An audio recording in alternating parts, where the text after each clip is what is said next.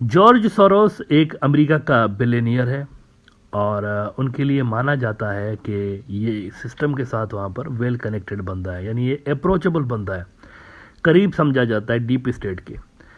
George Soros ने पिछले दिनों एक स्टेटमेंट दिया, पिछले दिनों क्या बल्कि अभी एक दो रोज़ पहले इन्होंने कहा कि ये जो इंडिया के अंदर अडानी ग्रुप डाउन जा रहा है और उसकी जो एम्पायर है वो गिर रही है, तो इसके डिक्लाइन का सीधा सीधा असर पड़ेगा मोदी के पावर के ऊपर और मोदी की जो ग्रिप है पावर पर वो कमज़ोर हो जाएगी। और इसका जो इम्पैक्ट होगा फिर वो ये होगा कि इंडिया की जो डेमोक्रेसी है वो दोबारा से रिवाइव हो जाएगी। यानी कि इसका मतलब ये है कि अमेरिकन भी समझ रहे हैं, वहाँ की डीप स्टेट भी समझ रही है कि डेमोक्रेसी इंडिया के अंदर ऑलमोस्ट ख़त्म हो चुकी है और अडानी के डाउन जाने के बाद डेमोक्रेसी उभरेगी, बीजेपी की पावर पर ग्रिप गिरेगी। जिसका मतलब ये है कि ये जो चंद सेठ हैं इंडिया के टाइकॉन्स जो हैं, इन्होंने सिस्टम को हाईजेक किया हुआ है through Hindutva, RSS and BJP nexus. अब पहले मैं ज़रा आपको रेफरेंस दिखा दूं क्योंकि बड़ा ज़रूरी होता है। ब्रॉडर व्यू इसी हवाले से स्पेशल है क्योंकि अनलाइक अदर पॉलिटिकल एनालिस्ट में यहाँ पर कोशिश करता हूँ कि आपको रेफरेंसेस आपके साथ शेयर करता रहूँ। फाइनेंशियल टाइम्स जो है इन्होंने खबर लगाई है कि Gautam Adani woes will spur democratic revival in India, George Soros says. PM Narendra Modi will have to answer questions over fraud allegations targeting his business ally. Modi साहब जवाब तो देना पड़ेगा आपको, जवाब देना पड़ेगा कि ये जो छोटे छोटे लेवल के हीरो के कारोबार से शुरू हुए थे मौसूफ स्कूल ड्रॉप आउट है अडानी, और इस तरह के 3-4 और भी हैं जिनका कोई ख़ास बैकग्राउंड नहीं है, लेकिन देखते ही देखते जब ये सीएम बनते हैं तो सारे गुजरात का बिजनेस पहले तो ये कैप्चर कर लेते हैं, फिर मोदी जब प्राइम मिनिस्टर बनता है तो सारी इंडिया का बिजनेस कैप्चर कर देते हैं। एक हीरो का व्यापारी आगे चलकर और डिफेंस का इक्विपमेंट्स बना रहा है, क्लीन एनर्जी, और अजब बात यह कि जिस धंधे में घुसता है वहां पर टॉप कर लेता है। मतलब ये कैसे सरकारी ठेके इसको कैसे मिलते हैं सारे के सारे, और बाहर के मुल्कों में जाकर भी, दूसरे मुल्कों में भी जाकर मोदी क्यों वहाँ के हेड्स ऑफ द स्टेट्स को कह रहा होता था कि आप इसको ज़रा कॉन्ट्रैक्ट दें, क्या असल में है क्या इनके पीछे। ये वो बेसिकली नेक्सस है, ब्राह्मण बनिया नेक्सस जिसको मैं कहता हूँ, जिन्होंने इंडिया की डेमोक्रेसी को हाईजेक करके रखा हुआ है। मैं शुरू से ब्रॉडर व्यू में कहता रहा हूँ कि हिंदुइज्म अलग है, हिंदुत्व अलग है। हिंदुइज्म तो हज़ारों साल से मौजूद है और मौजूद रहेगा, इसके जो फॉलोअर्स हैं दुनिया भर में मौजूद हैं। हिंदुइज्म को हिंदुत्व से मत जोड़ें, जो कि आरएसएस और बीजेपी वाले कोशिश कर रहे होते हैं कि लोग हिंदुइज्म को हमसे जोड़ दें ताकि इसके चक्कर में हम वोट लेते रहें हिंदू बरादरी का। लेकिन यहाँ पर मैं यही एजुकेट करने की कोशिश करता हूँ लोगों को कि हिंदुइज्म इज डिफरेंट थिंग और हिंदुत्व अलग चीज़ है। हिंदुत्व के नज़रिए और आइडियोलॉजिकल गार्बेज के चलते ऊपर लोगों को इन्होंने लगा के रखा हुआ है 2014 से लेके, हिंदू मुस्लिम, गांव हत्या, राम मंदिर, बाबरी मस्जिद, फलां ढिमकाना, और अंदर से क्या चल रहा होता है, हजारों लाखों करोड़ रुपए का घपला और गबन चल रहे होते हैं और उसकी तरफ किसी का ध्यान नहीं होता। गोदी मीडिया भी खरीदा हुआ उन्होंने, और ये सारा का सारा डिस्कशन हो रहा होता है कि मुसलमान आतंकी हैं, मुसलमान जो है वो ट्रिपल तलाक, तो मुसलमान तो ये, मुसलमान क्रिश्चियन सिख, इस तरह की जो बातें हैं वो मेन स्ट्रीम मीडिया के अंदर होती हुई नजर आती हैं। रियल इश्यूज पे कोई बात नहीं कर रहा होता कि अडानी कैसे बिलियनियर कैसे बनता जा रहा है, इंडिया की जो सारी की सारी वेल्थ है वो चंद खानदानों की तरफ कैसे जा रही है। मीनवाइल इंडिया का जो आम आदमी, आप देखिए ग्लोबल हंगर इंडेक्स में इंडिया पीछे चला गया, श्रीलंका से भी, पाकिस्तान से भी, नेपाल से भी, बांग्लादेश से भी पीछे चला गया ग्लोबल हंगर इंडेक्स में। और उसको ये कहकर बड़ा आसानी के साथ इन्होंने अपने हाथ झाड़ लिए कि ये तो गलत है, हमारे खिलाफ प्रोपेगेंडा किया जा रहा है। G20 की आप जरा इनकी 2 नंबरियां देखें। G20 की इंडिया को अभी प्रेसिडेंसी मिली है ना, तो ये तो रोटेशनल होती है, ये तो बारी बारी मिलती रहती है मुल्कों को, लेकिन इन्होंने ठगों ने क्या वहां पर परसेप्शन कायम कर दी है कि ये तो मोदी की वजह से मिली है, दुनिया मोदी को जो है ना वो लीड करवाना चाहती है कि आप लीड करें। इस तरह का माहौल और नीचे ये काम चल रहे होते हैं। तो जॉर्ज सोरोस ने बड़ी खतरनाक बात कर दी, और मैं इसको जॉर्ज सोरोस नहीं सिर्फ देख रहा हूँ, ये अमेरिकन डीप स्टेट है। शुरू से लेके ब्रॉडर व्यू में कहता रहा हूँ कि बाइडेन एडमिनिस्ट्रेशन की जो फ्यूचर के प्लान है उसमें मोदी फिट होता ही नहीं है। यहाँ पर उनको चाहिए एक सेक्युलर डेमोक्रेसी, बिकॉज उनको लड़वाना है इंडिया को चाइना के साथ। चाइना को कमज़ोर करने के लिए, चाइना का BRI रुकवाने का एक ही तरीका है कि चाइना को मल्टीपल वॉर्स में इंगेज किया जाए। कल भी मैंने बात की थी, ऑस्ट्रेलियन वो जो फॉर्मर डिप्लोमेट है जिसने कहा था कि ऑस्ट्रेलिया को अमेरिका प्रिपेयर कर रहा है बेसिकली चाइना के साथ लड़वाने के लिए। और इसी तरह से मैंने कहा था कि इंडिया को भी प्रिपेयर किया जा रहा है चाइना के साथ लड़वाने के लिए। अगर चाइना जंगों में इस वक्त इन्वॉल्व होगा तो उसकी जो पीसफुल राइज है वो स्लो डाउन हो जाएगी, बंद हो जाएगी। बड़ा केयरफुली रशिया को लड़वा दिया गया ना यूक्रेन के साथ, आउट ऑफ नोवेयर। रशिया और इनकी चाइनीज की कंप्रीहेंसिव स्ट्रेटेजिक पार्टनरशिप थी, दोनों मिलकर दुनिया में इनको काउंटर कर रहे थे अमेरिकन को। लेकिन अब क्या हो गया, रशियंस इंगेज्ड हो गए जंग के अंदर, इधर बचे हैं चाइनीज।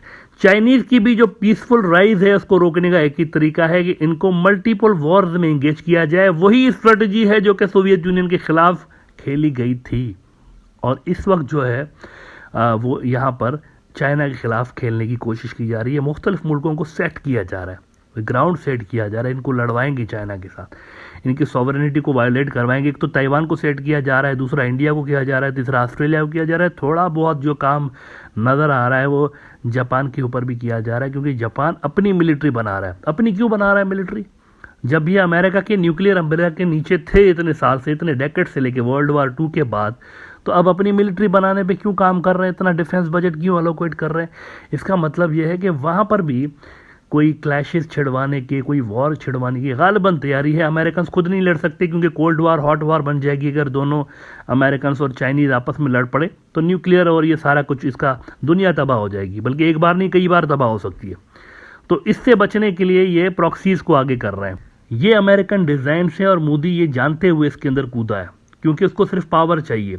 आर्टिकल 370 का जो रिमूवल था ना लद्दाख के ऊपर से और कश्मीर के ऊपर से, ये बेसिकली इसी का एक हिस्सा था कि चाइना और इंडिया के बीच वो बीज बो दिया जाए जिसका फिर अल्टीमेट रिजल्ट जो होगा वो वॉर होगी। और अब आप देखिए अरुणाचल प्रदेश के अंदर, कल मैंने आपको बताया था कि उनकी जो अमेरिकन सेनेट है उन्होंने आउट ऑफ नोवेयर वो रिजोल्यूशन पास कर रहे हैं कि अरुणाचल प्रदेश इज इंडिया। हालांकि अरुणाचल प्रदेश जो है ना, मैंने आपको बताया था कि तवांग जो अरुणाचल प्रदेश का है वहां पर तिब्बत का छठा दलाई लामा पैदा हुआ था। तो तिब्बत का और इंडिया का क्या ताल्लुक है आपस में? वो तिब्बत का इलाका है ना फिर भी, और इस वक्त तिब्बत चाइना के पास है। तो तिब्बत के इलाके का इंडिया से क्या ताल्लुक है? लेकिन अमेरिकन ने कहा कि हम ये मानते हैं ये जो है ना इनका है, इंडियंस का। अब यहाँ पर अमेरिका की फ्यूचर की डिजाइन तो खैर ऑब्वियस नजर आ रही हैं कि वो यहाँ से हो सकता है कि अरुणाचल प्रदेश से अगला दलाई लामा तुलू करवा लें।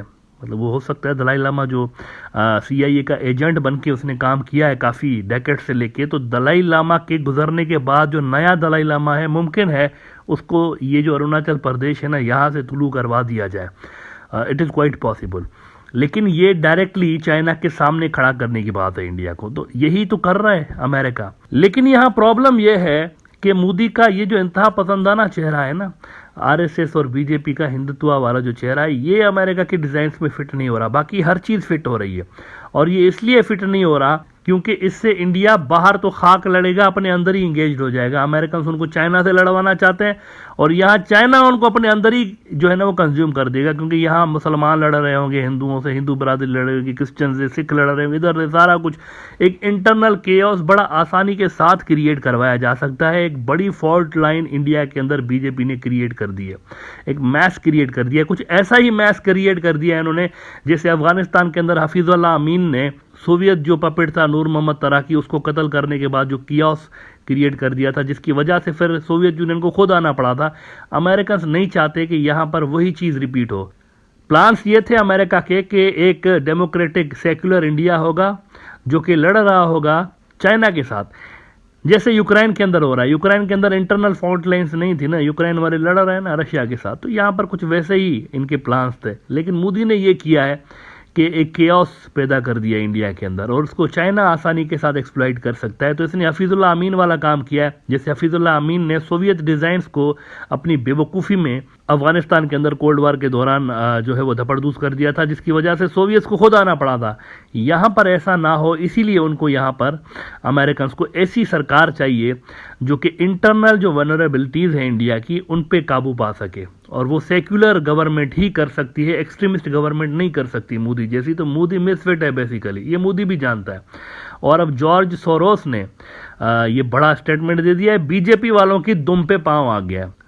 बीजेपी वालों का रिएक्शन देखे मुझे यही लग रहा है कि ये गुस्से से पागल हो गए। ये जरा आप अल जजीरा देखें, बीजेपी का रिएक्शन देखें वो क्या कर रहे हैं। अल जजीरा कह रहा है कि India's BJP slams Soros for saying Adani crisis will weaken Modi. The financier philanthropist has predicted the Adani Group's woes would loosen the Hindu nationalist leaders' grip on power। और बल्कि बीजेपी वालों ने यह कह दिया है कि ये मोदी पे नहीं इंडिया पे हमला है, अब मोदी इंडिया है उनके लिए। एनडीटीवी कह रहा है कि attack on India, BJP blast billionaire George Soros over PM remarks। Billionaire investor George Soros had said that PM Narendra Modi would have to answer questions from foreign investors and parliament on allegations against the Adani Group। अच्छा मित्रों, आखिर में मैं सिर्फ छोटी सी बात आपके साथ शेयर कर दूं।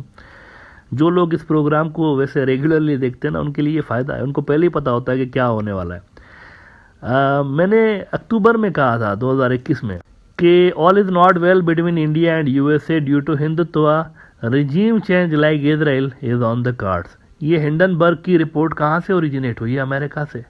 और ये जो BBC की खबरें, ये जो 2002 के गुजरात राइट्स, ये कहाँ से हो रहे हैं? वेस्टर्न मुल्कों से हो रहे हैं ना। चाइना तो नहीं करवा रहा, या कोई पाकिस्तान तो नहीं करवा रहा। कौन करवा रहा है? वेस्ट करवा रहा है, वेस्टर्न कंट्रीज करवा रहे हैं ना। तो ये अभी से हो रहा है। और मैंने आपको 1.5 साल पहले, ये मेरी एनालिसिस थी, मुझे लग रहा था कि मोदी के और RSS वालों के जो ठगों वाले वैल्यूज़ है ना, RSS के हिंदुत्ववादी जो गुंडागर्दी है, ये मैच ही नहीं कर रहे हैं इनके साथ। ये तो बड़ा आसानी के साथ मुझे लग रहा था चाइनीज एक्सप्लॉइट कर लेंगे और धपड़धूस कर देंगे इंडिया के इंटरनल सिस्टम को। ये तो लड़ रहे हैं आपस में पहले से ही, और मोदी और हिंदुत्ववादियों ने इसको लड़ाया हुआ है बेसिकली, इंडियंस को आपस में। तो ये तो आसानी के साथ इतनी बड़ी फॉल्ट लाइन क्रिएटेड है, तो ये कैसे चाइना के साथ इसके चलते हुए लड़ पड़ेंगे। तो इसीलिए मैंने कहा था ये मिसफिट है असल में। मोदी और RSS वाले ये उनके फ्यूचर प्लान्स के लिए मिसफिट है। ये चाहते ज़रूर है उनकी सपोर्ट, और अभी तक उनकी सपोर्ट लेते भी रहे हैं, लेकिन अभी शायद बाइडेन एडमिनिस्ट्रेशन के आने के बाद वो सपोर्ट जो है ना, वो मुझे लग रहा है कि सिस्टम अपनी सपोर्ट खींच रहा है पीछे से। मैंने कहा था कि India and USA used to have strong relations under Trump administration, but it is not the case with Biden administration. Lots of concerns are there in the new US government on human rights violations and growing Hindutva ideology in Indian society. ये मैं 2021 में बात कर रहा हूँ, याद रहे। This is putting huge pressure on India USA relations. Remember that India is important for US, but BJP RSS are misfit in their India policy. Same thing happened to USA in Israel's case, where Israel was important, but Netanyahu was misfit. As a result, we saw that new coalition government was formed there without Netanyahu. Something similar can be expected in India also, as the gap between Biden and Modi administration increases. Watch details in broader view episode 563. अच्छा, ये जो आप कहेंगे कि Netanyahu तो फिर से आ गया, तो देखिए नेतन्याहू अगर फिर से आ गया तो क्या उसकी गवर्नमेंट चल पा रही है? स्टक हो गया है ना। लाखों लोग अभी भी, जब हम बात कर रहे हैं ना, इस वक्त भी लाखों लोग सड़कों पे मौजूद है नेतन्याहू की हुकूमत के खिलाफ। वो स्टक हो गया बिल्कुल। उसके जो प्लान्स थे ना हार्डलाइनर्स को लेकर, वो आ तो गया है गवर्नमेंट के अंदर, लेकिन उसकी गवर्नमेंट चल नहीं पा रही और एक तलवार लटक रही है। कभी भी उनकी जुडिशरी उड़ा सकती है। हो सकता है उनका अटॉर्नी जनरल जो है वो डिक्लेयर कर दे कि he is misfit for the public office. हो सकता है वो ये भी अनाउंस कर दे। तो नेतन्याहू इस वक्त स्मूथली अपने सिस्टम चला नहीं पा रहा है। उनके खुद के जो लोग हैं वो सड़कों पे बैठे हुए हैं। उसके लिए बहुत मुश्किल है यहाँ पर रन करना गवर्नमेंट को, और जुडिशरी को जब तक वो अपने कंट्रोल में नहीं लेता तब तक वो यूँ समझे कि आसानी के साथ गवर्नमेंट कर नहीं सकता। और अगर उसने ये कंट्रोवर्शियल लॉज पास भी कर दिए, फिर भी ऐसा नहीं है कि वो इतना आराम के साथ अमेरिका की डिक्टेशन लिए बगैर जो है वो अपने अफेयर्स चला सकता है। काफ़ी मुश्किल हो गया उसके लिए। तो यहाँ इंडिया के अंदर भी मोदी मिसफिट है, और 1.5 साल पहले मैं ये बात कर चुका हूँ कि ये होने जा रहा है। मोदी के ऊपर प्रेशर आने जा रहा है, और लग यूँ रहा है कि the countdown has begun already.